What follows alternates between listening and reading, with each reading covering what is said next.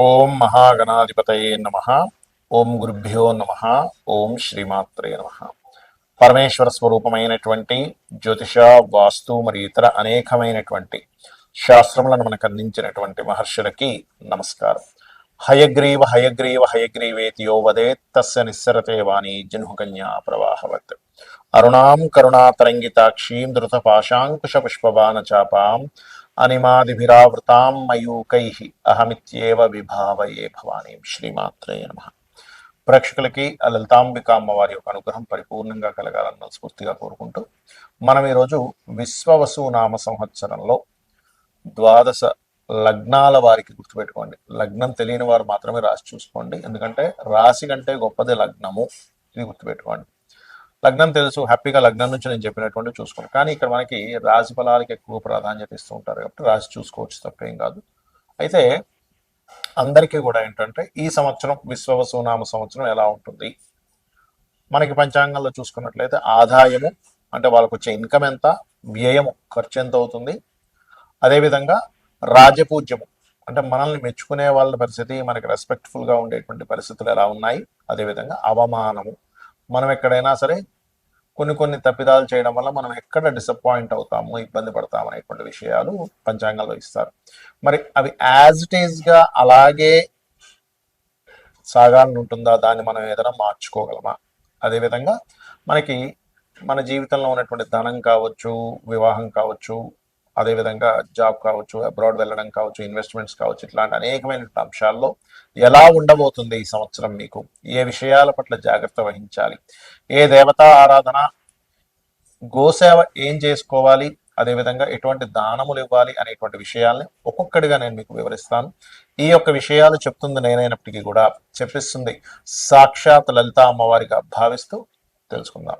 మీన లగ్నము, మీనరాశి. మీనం వారికి మనకు పంచాంగాల్లో ఆదాయము, వ్యయము, రాజ్యపూజ్యం, అవమానం ఎలా ఉంది. ఎందుకంటే ఈ సంవత్సరం కొత్త సంవత్సరం మనకి మారింది అనగానే మనం చూసుకునేది ఏంటి, పంచాంగం తీసి ఆదాయం ఎలా ఉంది, వ్యయం ఎలా ఉంది, ప్లానింగ్ కోసం చూసుకుంటూ ఉంటాం. అది కనుక చూసుకున్నట్లయితే 5-5-3-1గా ఉంది. అంటే ఆదాయం ఎంతుందో వ్యయం అంతుంది చక్కగా. కాకపోతే ఇంకొంచెం పెరిగితే బాగుందని ఉంటుంది, ఎందుకంటే సేవింగ్స్ కావాలి ప్రతి ఒక్కరికి. అదేవిధంగా రాజ్యపూజ్యం 3, అవమానం 1, చాలా తక్కువగా ఉంది అవమానం, కాబట్టి పెద్ద ఇబ్బంది పడాల్సిన అవసరం లేదు. మరి రాజ్యపూజ్యం కొంత పెంచుకోవాలి, అదేవిధంగా ఆదాయం కొంత పెంచుకోవాలి అంటే మీరు చేయవలసింది ఏమిటంటే, మీనం వారికి సహజంగానే ఇప్పుడు మీకు ఏలినాడ్సిని రాశిలోకి రాబోతుంది విశ్వవసు నామ సంవత్సరం నుంచి. రాశిలోకి వచ్చినప్పుడు ఏమవుతుందంటే కాస్త ఖర్చుల ప్రభావం కూడా కొంత ఉంటుంది.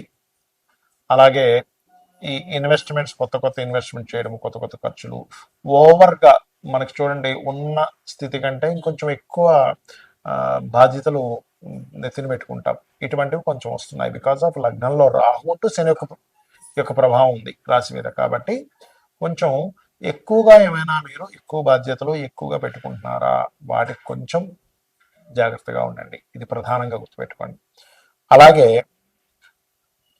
ఖర్చును తగ్గించుకోవాలి అంటే కాస్త మీరు ఏలినాడు శని యొక్క ప్రభావం ఉంది కాబట్టి శనికి సంబంధించిన స్తోత్ర పఠనం, ఆంజనేయ స్వామి ఆలయాలకు వెళ్ళడము, దక్షిణామూర్తి ఆలయాలకు వెళ్ళడము, ఇట్లాంటివి ఎక్కువగా చేయండి. కాకపోతే మీకు ఈ మాసంలో రాస్యాధిపతి 4లో మే 15వ తేదీ నుంచి మారుతున్నాడు కాబట్టి ఏదైనా ప్రాపర్టీ తీసుకునేటువంటి యోగం ఉంది. అంటే ఈ సమయంలో తీసుకునేటువంటి ప్రాపర్టీస్ వల్ల మీకు మంచి లబ్ధి ఉంటుంది. మొదటి 3 నెలలు ఎవరికి ధనం ఇవ్వకండి, అందులో ముఖ్యంగా షేర్ మార్కెట్లో అసలు డబ్బులు పెట్టకండి మొదటి 3 నెలలు.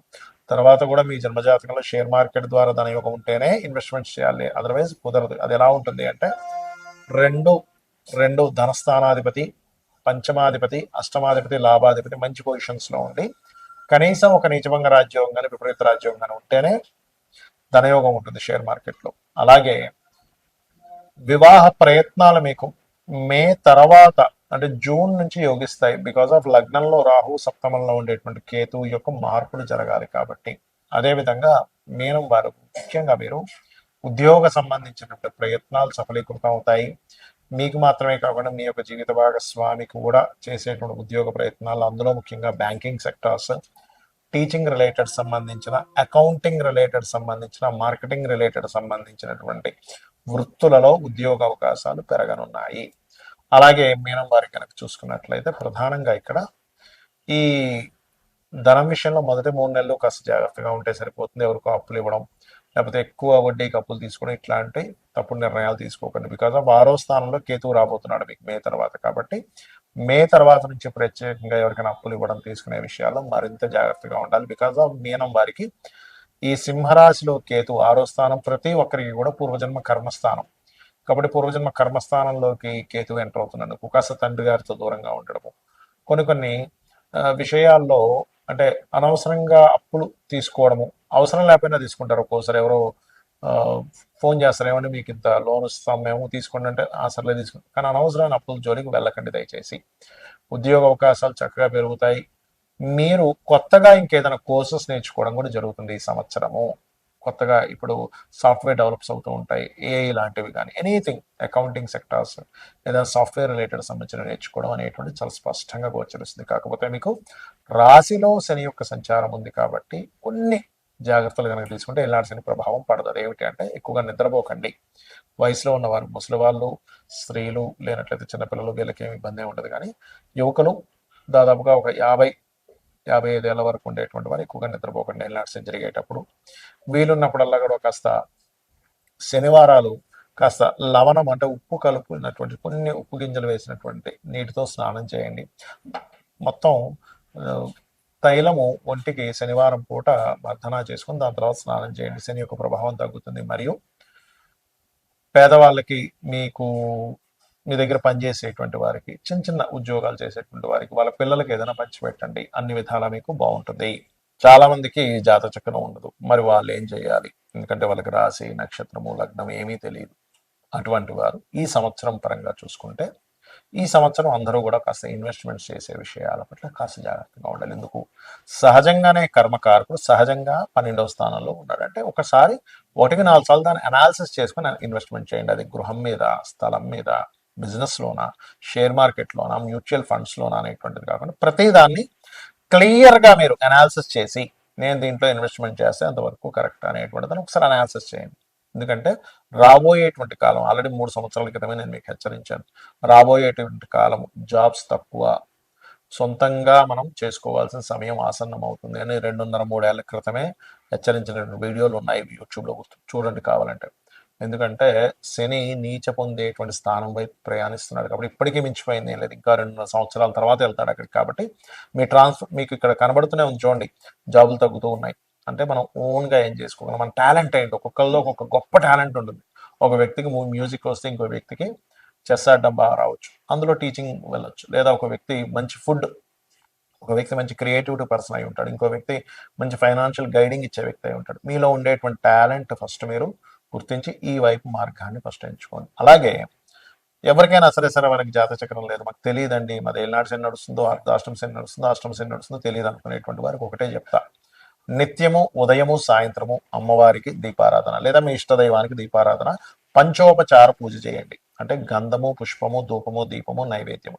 జస్ట్ మనస్ఫూర్తిగా ఒక్క 10 నిమిషాల్లో మీకు పూజ కంప్లీట్ అవుతుంది. ఖచ్చితంగా మీకు ఎటువంటి ప్రభావం మీ జన్మజాతకంలో నాకు ఏలినాడు శని ఉందనో, లేకపోతే పలానా గోచారంలో ఉండేటువంటి గురుబలం లేదనో, లేనట్లయితే ఒక్కొక్కసారి ఏమవుతుంటుందంటే కాల సర్పదోషం, ఇట్లాంటివన్నీ భయాలు పెట్టుకుంటారు అనవసరంగా. అటువంటి భయాలు ఏమీ పెట్టుకోకండి. చక్కగా గ్రహస్థితి ఎలాగున్నా నేను అమ్మవారి పాదాలు పట్టుకున్నా, నా శివుణ్ణి నమ్ముకున్నా, లేదా నారాయణని నమ్ముకున్నా, నా ఇష్టదైవాన్ని నమ్ముకున్నా, నా ఇష్టదైవమే నన్ను చక్కటి మార్గంలోకి తీసుకెళ్తుందని మీ పనులు మీరు చేస్తూ కూర్చోండి. అనవసరమైన భయాలు పెట్టుకోకండి.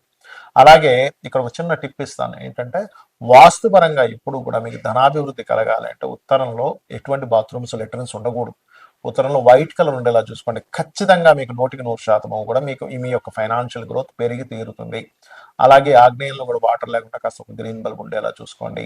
ఉత్తరంలో వైట్ కలర్ ఉండేలాగా, ఈస్ట్ అండ్ ఆగ్నేయం సైడ్ కాస్త గ్రీన్ కలర్స్ ఉండేలాగా, అలాగే నైరుతిలో creamish colour or yellowish colour master bedroom ఉండేలా ట్రై చేయండి. అప్పుడు ఏమవుతుందంటే అది వాస్తుపరంగా ఎనర్జైజ్ అవుతుంది ఆ యొక్క ప్రదేశం అనేటువంటిది. అలాగే మరొక విషయం ఏంటంటే ఇక్కడ మీరు ఈ దేశకాల సంబంధించినటువంటి విషయాలు కనుక చూసుకుంటే ప్రపంచవ్యాప్తంగా కొంత ఆర్థిక మాన్యాలు, కొంత స్టార్టింగ్లో అంటే సంవత్సరం మొదట్లో కొన్ని చిన్న చిన్న ఇవి చూపిస్తున్నాయి. ఎందుకంటే మనకి గతంలో ఏదైతే మనకి దీనికంటే విశ్వవసు నామ సంవత్సరానికి ముందు ఏదైతే క్రోధినామ సంవత్సరంలో అనవసరమైన గొడవలన్నీ జరిగాయో, ఈ సంవత్సరంలో అన్ని గొడవలు ఉండవు, తగ్గుతాయి కొంతవరకు. కాకపోతే ఈ ఆర్థిక మాన్యాలు, ఈ జాబ్ మీద ప్రభావాలు ఇవి ఉంటాయి కాకపోతే. కాబట్టి ఈ యొక్క విషయంలో కాస్త మీరు జాగ్రత్తగా మీ లైఫ్ని ప్లాన్ చేసుకుంటారని మనస్ఫూర్తిగా కోరుకుంటూ శ్రీమాత్రే నమః.